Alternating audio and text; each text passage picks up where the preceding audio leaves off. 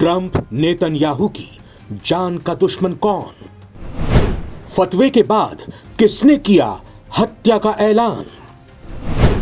चंदा जुटा रहा ईरान, मदद कर रहा यूरोप।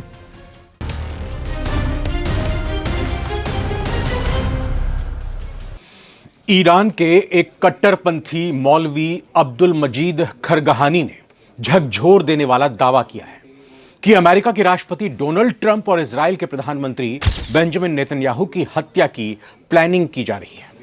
यही नहीं, उन्होंने यह भी बताया है कि इस काम के लिए बाकायदा फंड रेजिंग अभियान भी चलाया जा रहा है, मतलब चंदा भी जुटाया जा रहा है। पहले नेतन्याहू और ट्रंप के खिलाफ फतवा जारी हुआ और अब दोनों को मारने की ईरान में योजना बन रही है। क्या वाकई में इसे गंभीरता से लिया जाना चाहिए? इस तरह की धमकियों को अमेरिका और इजराइल कितनी गंभीरता से ले रहे हैं? क्या दुनिया के दो देशों के खिलाफ इस तरह का खुला ऐलान करना सही है? और क्या इस तरह के बयानों से ईरान इजराइल के बीच हुए सीजफायर में आग और भड़केगी और यह युद्ध विराम खत्म हो जाएगा? आइए आज सारी दुनिया में यही जानते हैं। नमस्कार, आप नवभारत टाइम्स देख रहे हैं। मैं रविंद्र सिंह आपके साथ। ये वक्त सारी दुनिया का। तो ईरान के मौलवी अब्दुल मजीद खरगहानी ने एक वायरल इंटरव्यू में कहा है कि यूरोप के कई देशों से 1 से 2 करोड़ डॉलर तक ट्रंप नेतन्याहू की हत्या के अभियान के लिए चंदा जुटाया जा रहा है।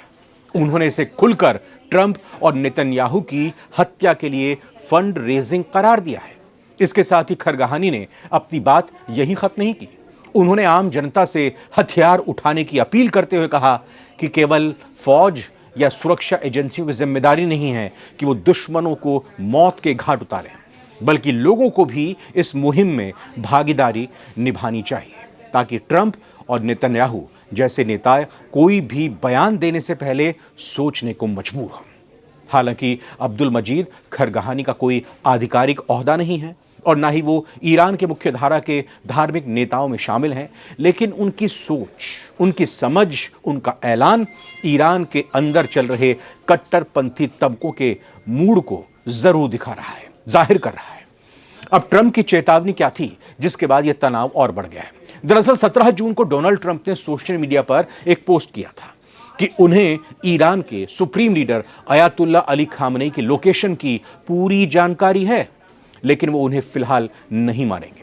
उन्होंने टोटल सरेंडर करने की बात कही थी। ट्रंप के इस बयान के बाद से लगातार ईरान में तीखी प्रतिक्रियाएं देखी जा रही हैं। इसके तुरंत बाद शीर्ष नेता ईरानी धर्मगुरु अयातुल्ला नासिर मकरम शिराजी ने फतवा जारी करते हुए कहा कि जो भी ईरान की धार्मिक व्यवस्था या खामनेई को नुकसान पहुंचाने का प्रयास करेगा वो मुहारेब यानी ईश्वर का दुश्मन है और उसे मौत की सजा मिलनी चाहिए। IAEA चीफ को भी बाकायदा जान से मारने की धमकी दी गई है। इस बीच ईरान और पश्चिमी देशों के बीच परमाणु निगरानी को लेकर भी भयंकर तनाव बढ़ता जा रहा है। ईरान ने international atomic energy agency IAEA के साथ औपचारिक सहयोग निलंबित कर दिया है, सस्पेंड कर दिया है। जो डील थी कि आप आइए ईरान के परमाणु कार्यक्रम को देखिए और जान जाइए कि ईरान किसी भी तरह से एटम बम नहीं बना रहा है, वो अपने देश के जनहित के लिए ही इस यूरेनियम का इस्तेमाल कर। अब वो डील खत्म हो चुकी है, यानी कि नो एंट्री IAEA के लिए ईरान की तरफ से पहले संसद में जारी कर दी गई, उसके बाद राष्ट्रपति ने भी इसको दो टूक कह दिया है और यह फैसला ले लिया है, इस पर मोहर लगा दी है। ईरानी सरकारी मीडिया ने IAEA प्रमुख राफेल ग्रॉसी को मोसाद का जासूस बताया और चेतावनी दी है कि अगर वो ईरान आए तो उन्हें गिरफ्तार कर फांसी दी जाएगी। आपको बता दें कि इस पूरे घटनाक्रम ने पश्चिमी देशों, विशेष तौर पर अमेरिका और इजराइल की चिंताएं बढ़ा दी हैं। अब देखना यह है कि इस मामले में अंतर्राष्ट्रीय स्तर पर क्या कुछ कदम उठाए जाते हैं, कैसे इस सिचुएशन को डील किया जाता है। लेकिन इस बीच ड्रैगन जाग उठा है और ईरान चीन का बारूदी गठबंधन भी दिखना शुरू हो गया है। बारूदी इसलिए क्योंकि अब ईरान के आसमान की हिफाजत करने के लिए, उसकी सुरक्षा करने के लिए आकाश में उड़ते हुए J-10 लड़ाकू विमान जल्द ही दिखाई देंगे। जी हां, चीन और ईरान के बीच जल्द ही 4.5 जनरेशन के खतरनाक J-10 फाइटर जेट की डील पूरी होने वाली है।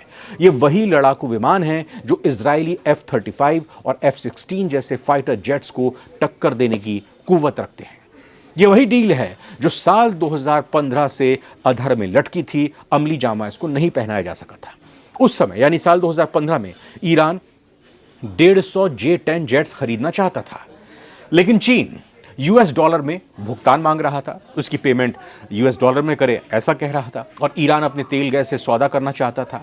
अंतर्राष्ट्रीय प्रतिबंधों और आर्थिक तंगी के चलते यह डील रुक गई थी, क्योंकि उस वक्त ईरान सक्षम नहीं था यूएस डॉलर में पेमेंट करने में। इसके बाद रूस से Su-35 लड़ाकू विमान खरीदने की कोशिश भी फ्लॉप हो गई। कोशिश रूस से भी विमान खरीदने की गई थी।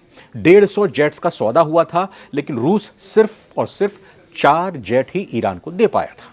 अब चीन और ईरान दोनों एक बार फिर से अमेरिकी दबाव के खिलाफ एक बारूद भरी दोस्ती में बंधने जा रहे हैं, और इस बार हालात इतने तनावपूर्ण हैं कि J-10 की एक स्क्वाड्रन भी ईरान के लिए गेम चेंजर साबित हो सकती है। आपको बता दें कि बिना ही किसी लड़ाकू विमान की ये लड़ाई लड़ी गई थी अभी ईरान की तरफ से। ईरान अब कूटनीति नहीं, सीधा प्रतिशोध मांग रहा है। यूएन को ईरान ने अपने नुकसानों की एक लंबी लिस्ट पकड़ा दी है। मतलब एक तरह से कहें कि सीधा आरोप लगा दिया है अमेरिका और इजराइल के ऊपर कि वही इसके लिए जिम्मेदार हैं, और जो ये लिस्ट सौंपी गई है इसको ये कह सकते हैं कि ईरान में हुए नुकसान की भरपाई करने के लिए एक बिल थमा दिया है। ईरानी विदेश मंत्री अब्बास अरागची ने साफ कहा है कि हमारे नुकसान की भरपाई होनी चाहिए, इसकी कीमत चुकाई जानी चाहिए, नहीं तो जंग के लिए आप तैयार रहो। ईरान सिर्फ शब्दों में नहीं, जमीनी स्तर पर भी वॉर मोड में नजर आ रहा है।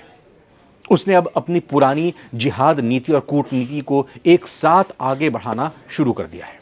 इससे साफ है कि ईरान अब कूटनीतिक मंचों पर जंग की घंटी बजा रहा है, सीज फायर को खत्म करने पे आमादा है। ईरान सीधे युद्ध के बजाय प्रॉक्सी वॉर की तैयारी कर रहा है। इराक, सीरिया, यमन और लेबनान में फैले उसके शिया प्रॉक्सी गुट अब हथियार बंद हो रहे हैं, तैयारी कर रहे हैं, चाहे हूती की बात हो, हमास की बात हो या हिजबुल्लाह की बात हो। अमेरिका के मिडिल ईस्ट बेस पर मिसाइल हमले, इजराइल पर इराक से मिसाइल लॉन्चिंग, ये सब आने वाले हफ्तों में सच बन सकते हैं। टेरर बाय प्रॉक्सी अब ईरान की युद्ध नीति बन चुकी है, जिसमें वो अपने सैनिकों को जमीन पर भेजे बगैर जंग जीतना चाहता है। और सबसे चौंकाने वाली बात यह है कि चीन की इस रणनीति को चुपचाप समर्थन भी चीन की तरफ से ईरान को दिया जा रहा है। इधर अमेरिका में नेतन्याहू की जंग रणनीति क्या रहने वाली है, उस पर भी चर्चा हो रही है, क्योंकि वो भी चुपचाप और खामोश नहीं बैठे हैं। जुलाई के दूसरे हफ्ते में यानी आने वाले हफ्ते में इजराइल के प्रधानमंत्री बेंजामिन नेतन्याहू अमेरिका दौरे पर पहुंच रहे हैं। सूत्रों से जानकारी मिली है उसके मुताबिक इस दौरे में जंग की टाइमिंग, टारगेट और ग्लोबल मैसेजिंग पर चर्चा होनी तय है ट्रंप के साथ। लेकिन उधर ट्रंप जैसे नेता ये दावा कर रहे हैं कि मैं ईरान को बातचीत की मेज पर ला सकता हूं। ये दो ध्रुवीय बयान बताने के लिए काफी हो जाते हैं कि वॉशिंगटन के भीतर ही ईरान को लेकर रणनीतिक मतभेद चल रहा है कि ईरान के साथ बातचीत की जाए सीधे, या फिर जंग का ऐलान एक बार फिर से किया जाए। लेकिन एक बात तो तय है, इजराइल को अमेरिका का पूरा समर्थन मिल चुका है। हमने देखा भी किस तरह से B-2 बॉम्बर्स ने ईरान के परमाणु ठिकानों पर हमले किए। क्या अब हम वाकई में तीसरे विश्व युद्ध की कगार पर खड़े हैं? जिस तरह की अभी हलचल चल रही है, एक तरफ चीन, ईरान और उसके प्रॉक्सी, दूसरी तरफ अमेरिका, इजराइल और नेटो के देश ये संकेत दे रहे हैं, और बीच में खड़ा है यूनाइटेड नेशन, जो सिर्फ मूक दर्शक बना हुआ चुपचाप बैठा सुन रहा है, देख रहा है। ये पूरा घटनाक्रम दुनिया को एक और वैश्विक जंग की ओर धकेल रहा है। ईरान के पास अब हथियार हैं, समर्थन है, और मकसद भी उसका साफ है। घुटने नहीं टेकेंगे, दुश्मन को उसके घर में घुसकर मारेंगे। इजराइल को सबक सिखाना ही मकसद है। इजराइल भी पीछे हटने वाला नहीं है। उसके पास अमेरिका की आर्मी, स्पाई टेक्नोलॉजी और परमाणु क्षमता है। इस बार अगर युद्ध एक बार फिर से छिड़ता है तो यह सिर्फ मिसाइलों का खेल नहीं होगा जो हमने पीछे देखा। यह पूरी दुनिया के लिए एक चेतावनी होगी कि हथियारों की दौड़ का अंत कभी शांति से नहीं होता। अब एक ही सवाल है, क्या दुनिया फिर से उस मोड़ पर पहुंच चुकी है जहां सीज फायर महज एक झूठा शब्द बन गया है, या फिर आखिरी बार कोई आवाज उठेगी जो इस आग को बुझा सके?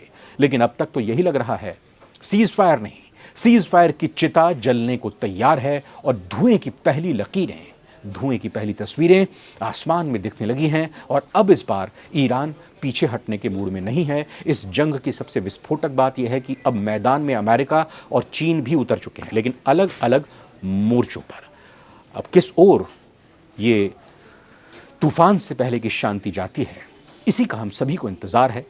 लेकिन सभी यही चाहते हैं कि तूफान की शांति शांति ही बनी रहे, तूफान बिना गरजे ही बिना बरसे ही गुजर जाए, ताकि दुनिया में अमन चैन और शांति कायम रहे। कमेंट करके ज़रूर बताइएगा ये वीडियो आपको कैसी लगी, और हमारे चैनल नवभारत टाइम्स को सब्सक्राइब कीजिएगा। वीडियो अच्छी लगी तो लाइक ज़रूर कीजिएगा। बहुत बहुत धन्यवाद। नमस्कार।